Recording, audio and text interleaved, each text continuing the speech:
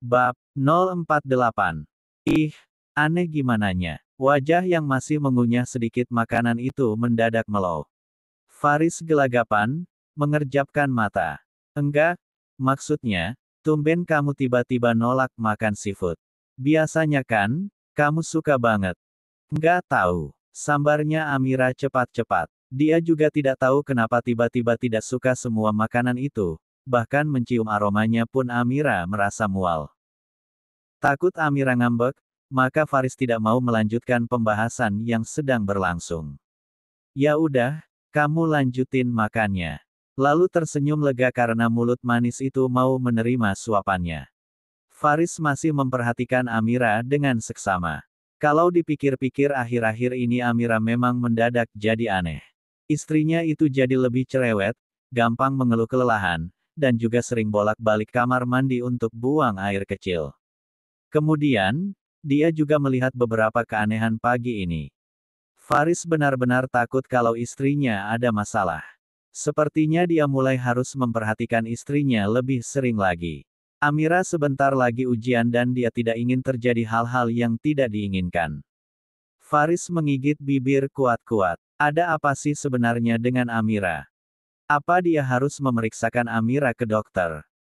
Menunggu jemputan Pak Tio sementara keadaan di sekitarnya sudah sepi membuat Amira benar-benar bosan. Lama juga Pak Tio menjemputnya. Sudah hampir 1 jam dia menunggu. Ah, dia lupa kenapa tidak ditelepon saja. Dari tadi kenapa tidak kepikiran sih? Jadi begitulah Amira akhirnya menelepon Pak Tio. Dan, benar saja sebuah alasan masuk akal dia dengar. Mobil tiba-tiba mogok di tengah jalan dan sedang berada di bengkel. Kesal?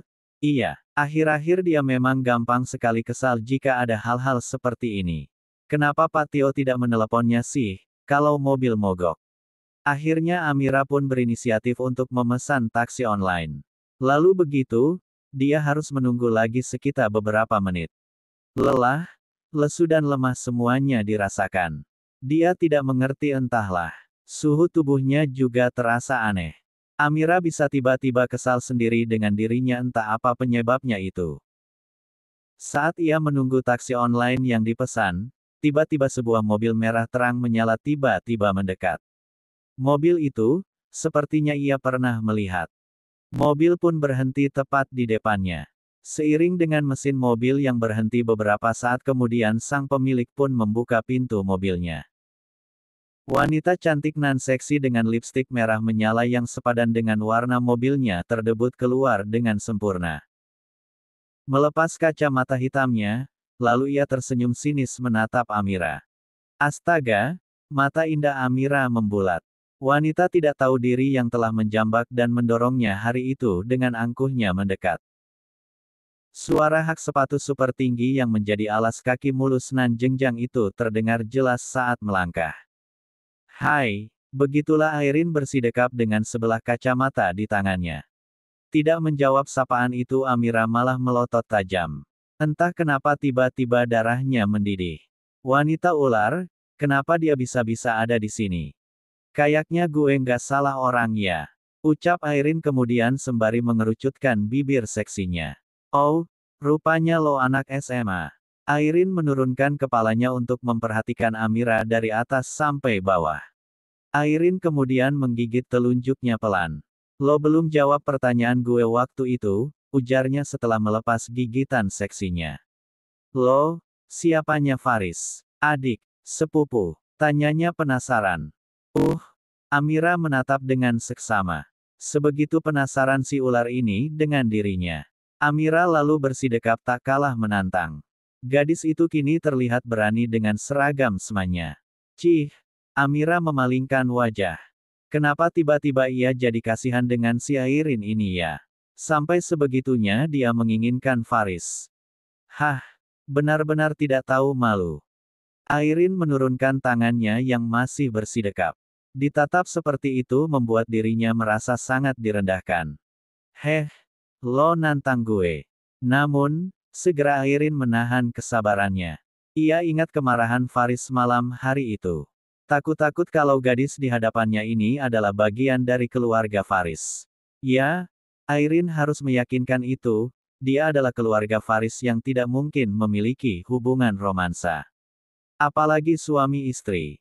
Haha, lucu sekali kalau Faris benar-benar menikah dengan gadis SMA ini. Duh, Amira sebenarnya sangat malas loh bertemu dengan tante-tante ini. Sudah tidak tahu malu, main ngegas lagi bicaranya. Lo, bisa ngomong nggak sih sebenarnya? Ngomong, bisa, hanya saja Amira enggan menjawab. Bukan apa-apa, ia sesungguhnya sangat malas untuk berdebat. Jadi, daripada nantinya dia salah melontarkan kata-kata dan si ular ini terpancing lalu dia dapat masalah lagi, seperti dijambak mungkin, lebih baik Amira diam sembari menunggu taksi online yang ia pesan sampai. Amira akhirnya berusaha mengabaikan wanita di hadapannya itu. Heh, lo punya santun gak sih? Kalau orang tua nanya itu dijawab. Airin berkacak pinggang. Ya Tuhan, mendengus kesal Amira pun mencoba berlalu dari hadapan si ular. Lalu Airin pun mengejar. Lo mau kemana? Pergelangan Amira pun berhasil dia gapai. Jawab pertanyaan gue, ujar Airin lagi. Berusaha Amira mencoba melepas genggaman itu. Maaf saya buru-buru taksi online yang saya pesan sebentar lagi sampai. Menatap tangannya yang ditepis pelan oleh Amira. Aduh, ya ampun anak kemarin sore aja belagu lo ya, ucapnya sinis. Ikut ke mobil gue lo. Lalu kembali menarik paksa. Kok maksa sih? Ketus Amira kemudian. Gue cuma mau ngajak ngobrol, apa susahnya sih? Airin semakin memaksa dengan mata melotot. Melangkah saat tangannya tertarik cepat sementara sebuah taksi online mendekat. Dengan cepat Amira pun mendorong tubuh Airin hingga tarikan itu kembali terlepas. Amira tersengal. Hanya untuk melepas pegangan Airin saja ia merasa ngos-ngosan. Merogoh saku roknya saat dering telepon berbunyi. Ia yakin itu dari supir taksi online yang berhenti tidak jauh dari mereka. Namun saat tangan itu hendak memencet tombol di sana tiba-tiba Airin mendorongnya hingga ponselnya terjatuh. Berani ya lo dorong-dorong gue. Mata Airin melotot tajam. Ia jadi semakin penasaran tentang siapa gadis di hadapannya ini. Tentang apa hubungannya dengan Faris yang membuatnya panas. Lo mau tahu? Gue udah punya istri. Gue udah nikah. Kata-kata Faris malam itu terus terngiang, tapi apa mungkin, Faris menikah dengan seorang gadis SMA. Baiklah kalau gadis ini tidak menjawab, Airin sendiri yang akan memaksanya. Baf! Tubuh Amira langsung tersentak di bodi mobil milik Airin. Jawab gue, ada hubungan apa lo dengan Faris? Airin mengurung tubuh Amira dengan kedua tangannya penuh paksaan. Minggir aku mau pulang. Amira mendorong tubuh itu dengan keras. Tidak peduli Airin kembali menarik tubuh itu. Jadi apa benar Faris sudah menikah? Tatapnya menelisik. Amira bungkam dengan sorot mata yang tidak dapat dijelaskan. Dan, itu berhasil membuat Airin semakin tersenyum sinis. Jadi, benar, lalu apa mungkin gadis ini? Faris itu punya cita-cita, gue tahu. Dan, gue nggak percaya sih dia udah nikah di usia semuda itu. Karena gue yakin itu bakalan merusak masa depannya dia. Jelas Airin dengan sengaja. Mendengar itu Amira menggeram, benar-benar berdebah. Minggir. Ia lalu mendorong Airin dengan kasar. Dasar nggak tahu malu. Oh, baiklah jadi benar-benar ada sesuatu yang tersembunyi. Maka dengan cepat Airin langsung menarik rambut panjang yang tergerai itu. Lo bilang gue nggak tahu malu.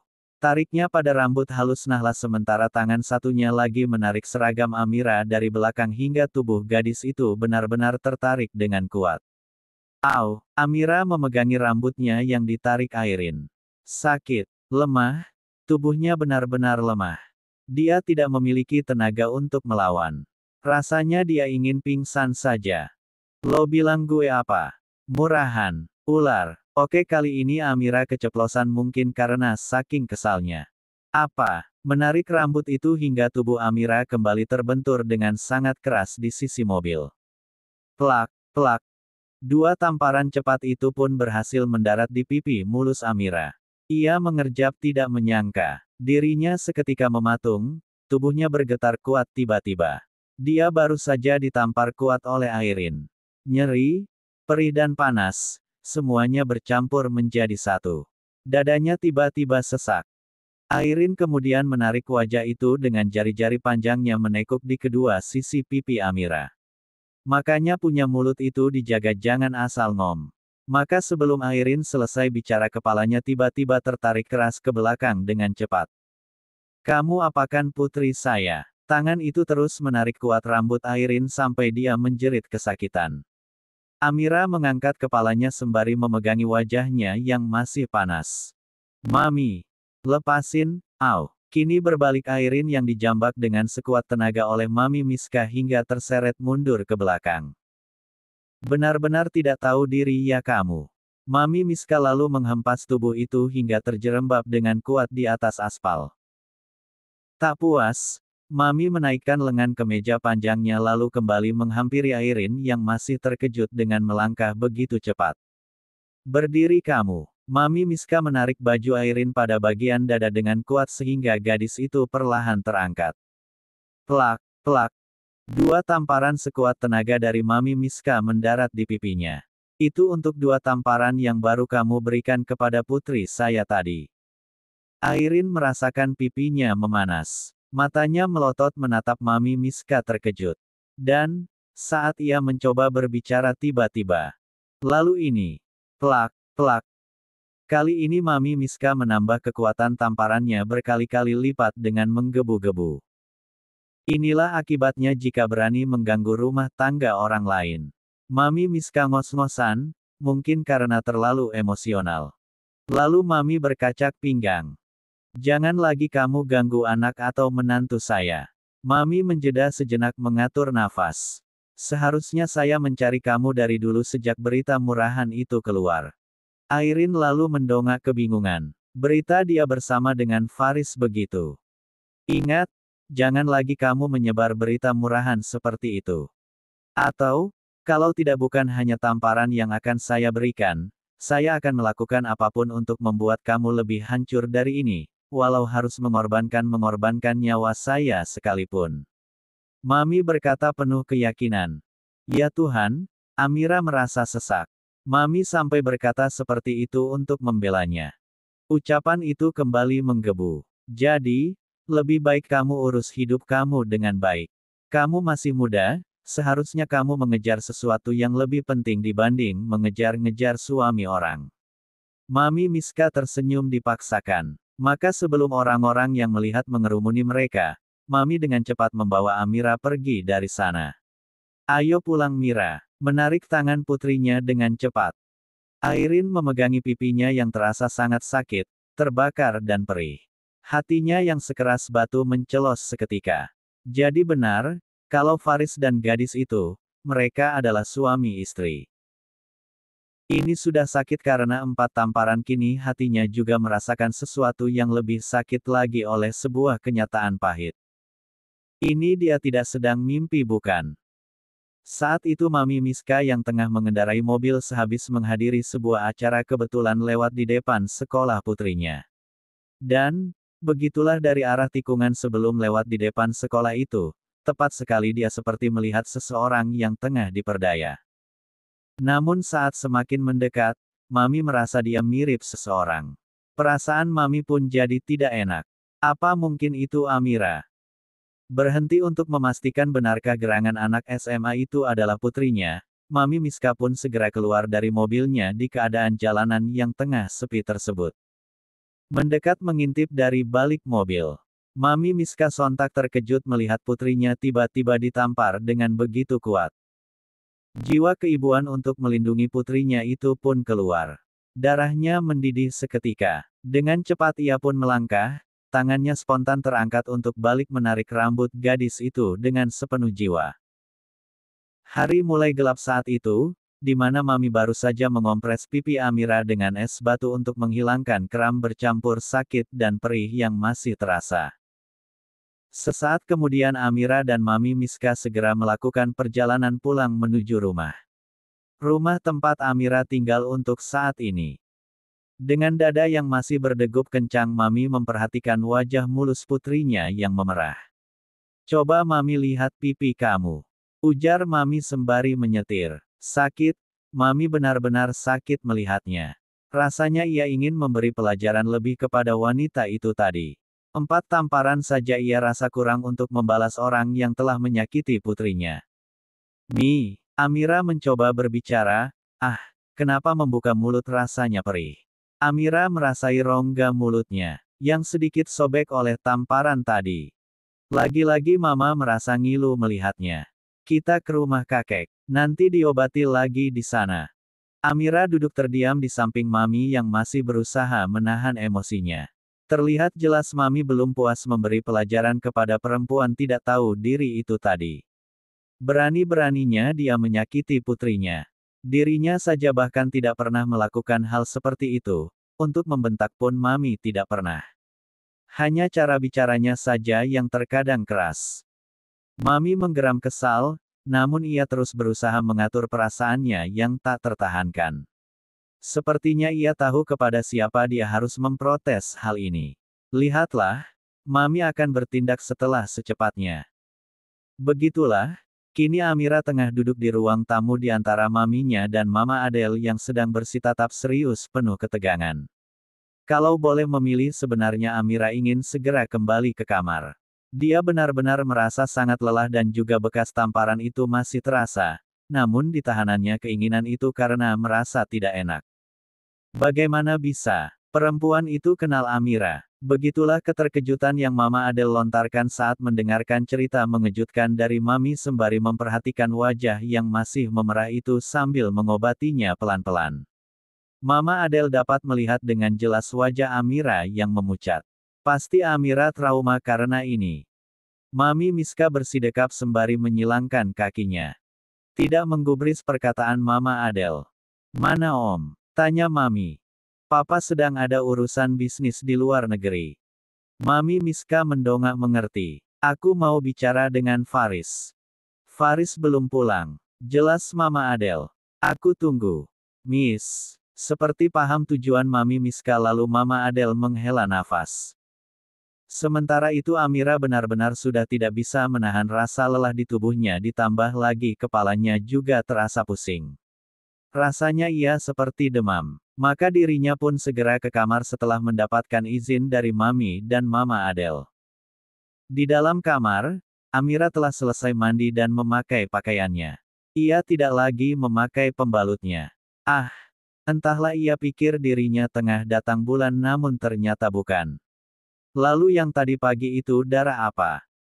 Termangu di depan lemari pakaian, ia masih tidak menyangka dengan apa yang dialami hari ini. Jantungnya masih berdegup kencang mengingat itu. Entah kenapa tiba-tiba dia jadi merasa ketakutan. Bagaimana kalau Airin menjadi semakin nekat? Ya Tuhan, Amira mendudukkan dirinya di sisi ranjang. Kenapa hidupnya jadi seperti ini? Semuanya seperti terjadi dengan sangat cepat. Lama termenung ia lalu ingat, maminya masih di bawah, maka perlahan dia beranjak untuk menemui. Dan, saat pintu kamar terbuka, sayup-sayup dia pun seperti mendengar keributan. Amira penasaran dan segera menuruni tangga. Sejurus kemudian ia lihat maminya tengah mencerca Faris habis-habisan. Astaga! Bagaimana bisa dia mengenal Amira, Faris? Dia bahkan sudah tahu tempat Amira bersekolah. Faris yang berdiri berhadapan dengan Mami bungkam. Dia baru saja pulang dan langsung mendapat kabar mengejutkan. Mami benar-benar tidak habis pikir sama kamu, ya. Mami pikir kamu sudah menyelesaikan urusan dengan wanita itu. Mami Miska terus mengeluarkan unek-uneknya. Laki-laki yang terlihat lelah itu hanya mematung dengan raut wajah tak terbaca mendengar setiap cercaan Mami. Mami jadi takut Riz. Mami menjeda sejenak. Malam ini juga Mami akan bawa Amira pulang. Mama Adele Lau dengan cepat berdiri dari duduknya. Miska, ya Tuhan, kali ini Mama Adele tahun Mami serius dengan apa yang ia ucapkan. Lalu Faris yang masih terkejut dengan apa yang ia dengar mencoba bersuara. Satu kata memohon itu sudah jelas menunjukkan rasa tidak setujunya. Baiklah Faris, tahu ini masalah besar. Airin menyakiti Amira dan menamparnya, begitu cerita Mami. Lalu bagaimana Airin bisa menemui Amira? Lalu Faris mendongak cemas. Aku janji akan memberinya pelajaran, berusaha meyakinkan. Mami Miska mendesah. Faris tertunduk sejenak. Kenapa tidak dari dulu kamu memberinya pelajaran? Sesal Mami pada menantunya. Benar, Faris tidak mengelak kalau dirinya memang terlalu santai menghadapi Airin.